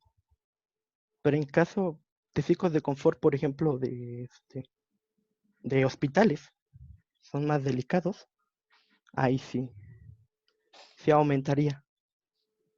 Depende qué vas a manejar no, más bien depende de la funcionalidad de tu edificio, principalmente. O sea, el diseñador piensa primero en la función que va a tener y después en qué va a querer. Que nada más sea, o yo pienso que así debería ser la funcional, que nada más sea evitar el colapso, o quiere tal vez irse un poquito más allá, o bien quiere utilizar el edificio totalmente después del sismo. Para mí lo óptimo sería utilizarlo después del sismo, pero también depende, ¿no? El diseñador a veces tal vez no, lo quiere en el medio, pero para mí siempre lo óptimo será utilizarlo después del sismo, sin duda. Ok, gracias. Bueno, aquí tenemos una pregunta específica. En Honduras tenemos aceleraciones máximas de 0.45, tal vez en algunas zonas hasta 0.6, y tenemos sismos históricos de 6, de magnitud de momento 6, hasta una magnitud de 8 históricamente. Para esta zona, ¿qué tipo de aisladores recomendarías usar en estas con esa descripción de aceleraciones y magnitudes de sismo que mencioné. Mm,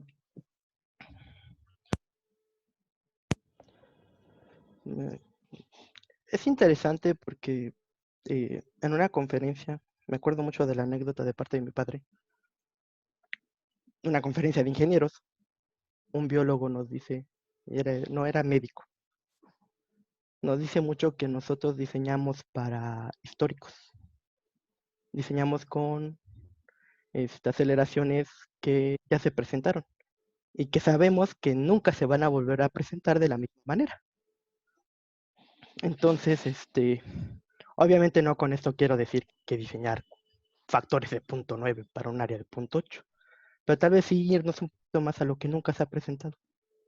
Ahora, los aisladores que vimos son grandes, bastante grandes. Obviamente tienen un desplazamiento de 29 centímetros, pero en construcciones chicas, obviamente el aislador va a disminuir de tamaño, van a ser más precisos, incluso si en la evaluación de la estructura ves que tu estructura no tiene más allá de 5 centímetros, 15 centímetros de desplazamiento, puede que meter un deslizador sea más efectivo, más relajado, o bien los BRBs son los que se utilizan mucho para ese de estructuras pequeñas. ¿Por qué? Porque el BRB es la riosta normal de diseño con un núcleo de concreto, el cual el núcleo de concreto va a disipar la energía y va, obviamente, con deformación y dañándose, pero disipa la energía y hasta ahí queda y disminuye la aceleración.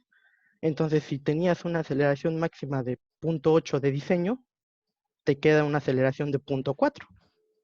Un supuesto, ¿no? Pues obviamente hay que analizarlo bien. Eso significa que si en algún momento con este dispositivo tu edificio presenta una aceleración de 0.4, pues vas a tener más o menos 0.3, 0.2 aproximadamente. Va a bajar, lo que le pongas va a bajar un poco de intensidad. Al fin y al cabo, necesitamos ver, porque el aislador te amplía, o sea, si tu periodo de vibración de la estructura es de 1 segundo, te lo lleva a 12 segundos. Ajá. Eso es lo que hace el aislador. Entonces, en casitas donde nuestro periodo o nuestro espectro de diseño, la casa no va de 85 segundos, tal vez no está en el pico de aceleraciones, es difícil a veces un aislador o un deslizador. ¿Qué te interesa más? El amortiguador lo que hace es bajar de 0.8 a 0.2, amortiguarte, bajarte la aceleración. Depende mucho de lo que quieres. Y sobre todo tu estructura, por ejemplo, tal vez estructuras más grandes, punto 20, no, sí. Por ejemplo, de 2 segundos, edificios grandes, en periodos largos, porque ese es otro. ¿Tu sismo es periodo largo o periodo corto? ¿Cómo se va a presentar en la zona? Porque si es periodo largo, tal vez ahí muchos dudan en el aislamiento. Yo no tanto, porque nada más necesitarías concentrarte mucho en el desplazamiento del aislador y nada más que no te pases de lo efectivo. Porque al estar aislado, obviamente, el principal riesgo de una estructura aislada es la colisión con otras cosas. Entonces necesitas obviamente tener primero la ventaja de que tu estructura pueda moverse, lo que hayas calculado. Entonces eso necesitas medirlo por ahí. ¿Qué tipo de periodo? Porque sí, 0.8 de aceleración, yo creo que un amortiguador va bien o un dispositivo histerético de control o algún BRB, que también son bastante factibles, te reducen la aceleración. Ahora, si es muy importante el edificio, tal vez lo que quieras es sacarlo del límite de aceleraciones del espectro para que tu estructura tu modo de vibrar de la estructura esté en 2 segundos. Un aislador va perfecto, un deslizador va perfecto. Eso es lo que buscamos. Principalmente que no concuerde el modo de vibrar de la estructura con la onda sísmica para evitar el daño. Ok, gracias. Tenemos Otra pregunta, ¿cómo podemos determinar si una estructura es capaz de soportar una serie de deformaciones que superen la resistencia? Mm, A ver, otra vez, ¿cómo podemos? Sí, preguntan cómo podemos determinar si una estructura es capaz de soportar una serie de deformaciones que superen la resistencia. Mm, Hay principalmente, es, sobre todo, y me uno a lo que vi en Japón, mucho teniendo en cuenta que se va a quitar realmente. Porque obviamente tienes una línea elástica, o sea, tu línea de que va a aguantar todo, más la ductibilidad, que es bastante difícil de calcular, pero incluso perdón, incluso el Ready deja lo que se llaman curvas de fragilidad, que la curva de fragilidad se calcula en el punto en que tu estructura va a llegar al punto de ruptura. Y es que es difícil calcular la ductibilidad del edificio, esa parte inelástica del edificio. Entonces, el pushover te ayuda mucho a ver los daños en las zonas, pero en el pushover metes comportamientos de vigas y de columnas que tú ya has visto en otras pruebas. Por ejemplo, Japón tiene un montón de pruebas de vigas, tiene un montón de pruebas de columnas, tiene prueba incluso de columnas simulando la carga como si fuera una columna en el piso 5 y sacan su curva histerética, o sea, su capacidad, desplazamiento de formación, y en base a eso hacen su pushover. Entonces tú presentas daños que en el piso 5, en el piso 4 y en el piso 3. Son los puntos más vulnerables. Pero yo creo que lo principal es la investigación, porque tú necesitas tener primero un backup, todo un, todo un manual de información atrás para saber que esa deformación y esa capacidad de la columna va a ser la que se va a comportar en la estructura que vayas a diseñar. Entonces, ahí sí yo creo que sería mucho de impulsar el probar columnas. Porque obviamente ninguna columna se va a comportar como otra, o sea, los datos siempre van a ser diferentes. Sacamos promedios, pero ninguna columna se comporta igual que otra. Ese es el principal problema que tenemos, por eso es difícil, sin duda es difícil. Pero con las curvas fragilidad y teniendo un backup en los japoneses, yo creo que es muy más acertado. Entonces, lo principal sería nosotros también, o empezar nosotros a hacer nuestro backup, nuestra recolecta de información. Porque obviamente la columna que armamos es muy diferente a la columna que arman en Japón. No sé, tú David, estuvimos en la prueba de concreto. En mi país, por ejemplo, nunca medimos el contenido de aire del concreto. Y los japoneses miden el contenido de aire de la mezcla de concreto. Eso me sorprendió mucho a mí. Pero sí, depende mucho de la zona. Y es la única manera de saber cómo se va a comportar. Bueno, tenemos otra pregunta. En el aspecto económico, ¿qué porcentaje del costo total se ve afectado con la utilización de estas tecnologías? Creo que se está refiriendo al aislamiento sísmico. En el aspecto económico. Hicimos el caso de negocios de business interruption, sin duda. Ahí sí manejamos más números, que igual ahorita es un poquito difícil de recordar, pero también depende mucho. Por ejemplo, para un hospital, el aspecto económico es fundamental, porque a veces te cuesta más el equipo, no sé, un escaneo por ejemplo, el escaneo que tienen o las ondas estas que tienen para cáncer, tal vez. Uno de esos tipos de escaneos, que son como los tubulares, cuesta a veces más que la estructura completa. puede ser que tu estructura completa valga, no sé, $10,000. Y ese solo equipo te vale 30. Entonces, te conviene proteger el equipo. Hay un caso de negocios de, de Corona, Grupo Modelo, aquí en México, sobre un almacén con producto enfrente de la fábrica. La fábrica tiene equipos robóticos totalmente automatizados para la producción de cerveza. Y el almacén, pues nada más es un almacén de cerveza. En la fábrica ves que la estructura es rígida, dúctil, acero, perfiles de acero bastante grandes. O sea, no quieren, no, se ve que está bien diseñada, está diseñada para que con un factor de Q de 1, o sea, para que su desplazamiento no sea tanto y todo sea rígido, o sea, todo se lo lleve la primera deformación. No entre nunca al rango inelástico la estructura.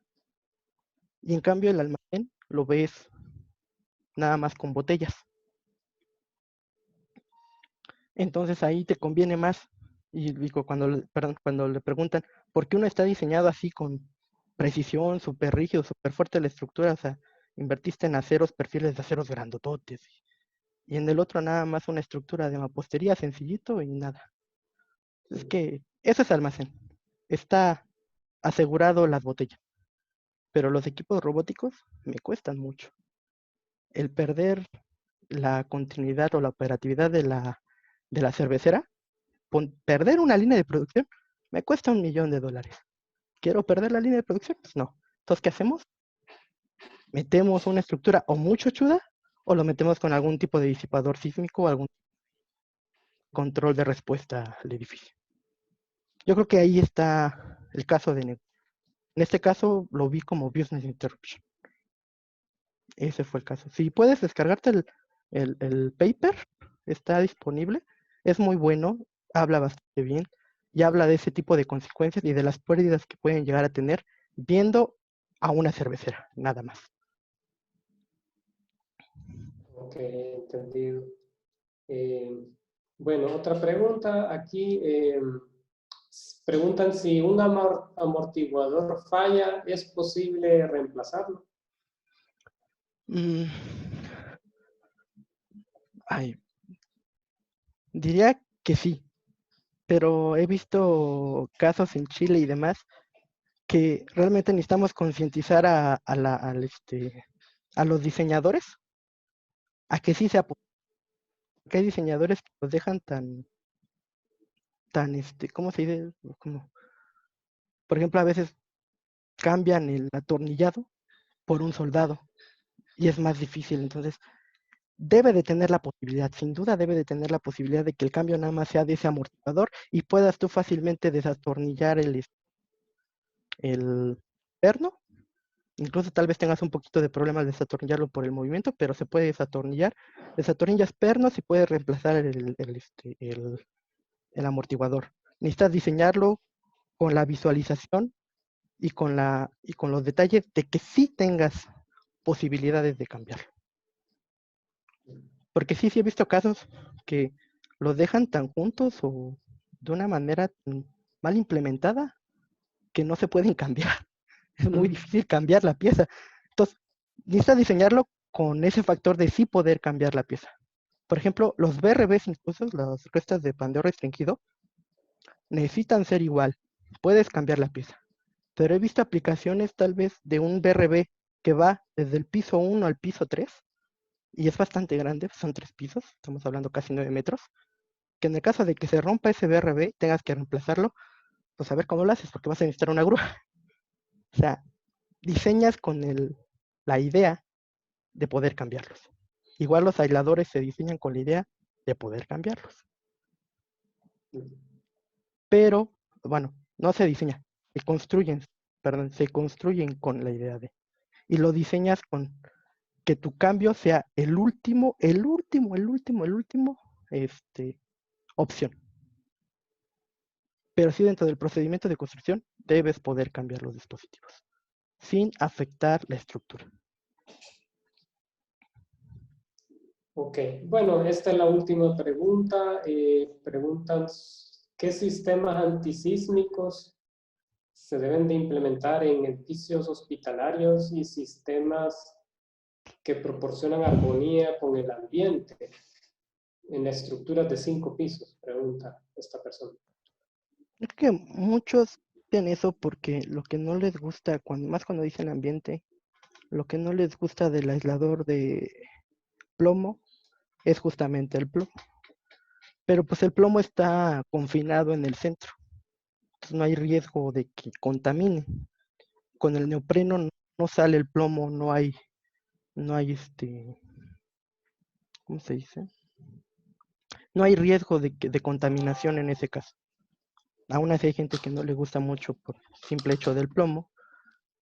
Y sí te ayuda porque reduces la huella de carbono al poder tener un poquito más de libertad de reducirle tal vez tantito al acero, economizar un poco el acero, no usar tanto acero a como si fuera una estructura totalmente rígida. Y también eso es en el caso del RB. En caso de los amortiguadores, ayudan también porque realmente su huella de carbono no es bastante. A diferencia, por ejemplo, de usar el acero completamente normal.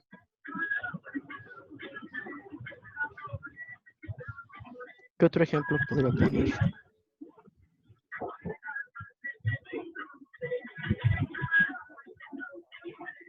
Yo creo que es lo principal. Porque sí, de que ayudan, ayudan bastante. Y sobre todo la implementación de priorizar la implementación en hospitales y de hecho ya hay muchos. Y puedes ver casos de negocios, por ejemplo, recientemente está el de Japón y el de Ecuador. Por ahí busquen Ecuador, no me acuerdo cómo se llama el hospital, pero Hospital de Ecuador aislado. Y hay un caso de negocios, obviamente de un doctor que llevó la investigación, un paper bastante sencillo, entendible, no muy técnico, en el cual te dice la ventaja y por qué se prioriza en estos edificios. Principalmente porque de todos los dispositivos, el que más reduce la aceleración es el aislamiento sísmico. Se hace LRB, se hace péndulos de fricción, deslizadores o los péndulos de acero, y bueno, los dispositivos de acero que son como tuercas de acero que vimos en la presentación. Pero sí se prioriza en hospitales el que se enseña. Y son hospitales de 5 pisos, creo que a lo mucho. El de Guayaquil, no, Guayaquil, no es Guayaquil. El de Ecuador, no me acuerdo muy bien de la zona. Creo que es no creo, es un hospital de 3. Y de hecho, búsquelo ahí como hospital aislado Ecuador. Creo que de las primeras opciones es el paper. Y el paper te dice mucho el beneficio que tuvo, cómo se comportó la aceleración y obviamente el que lo vas a utilizar después. Bueno, muchas gracias, ingeniero Carlos Hugo. Estuvo muy interesante, hubieron muchas preguntas interesantes, varios comentarios de felicitación. Cualquier otra pregunta, pues voy a poner en el chat el correo del proyecto. Si tienen más preguntas sobre esta conferencia o sobre las próximas.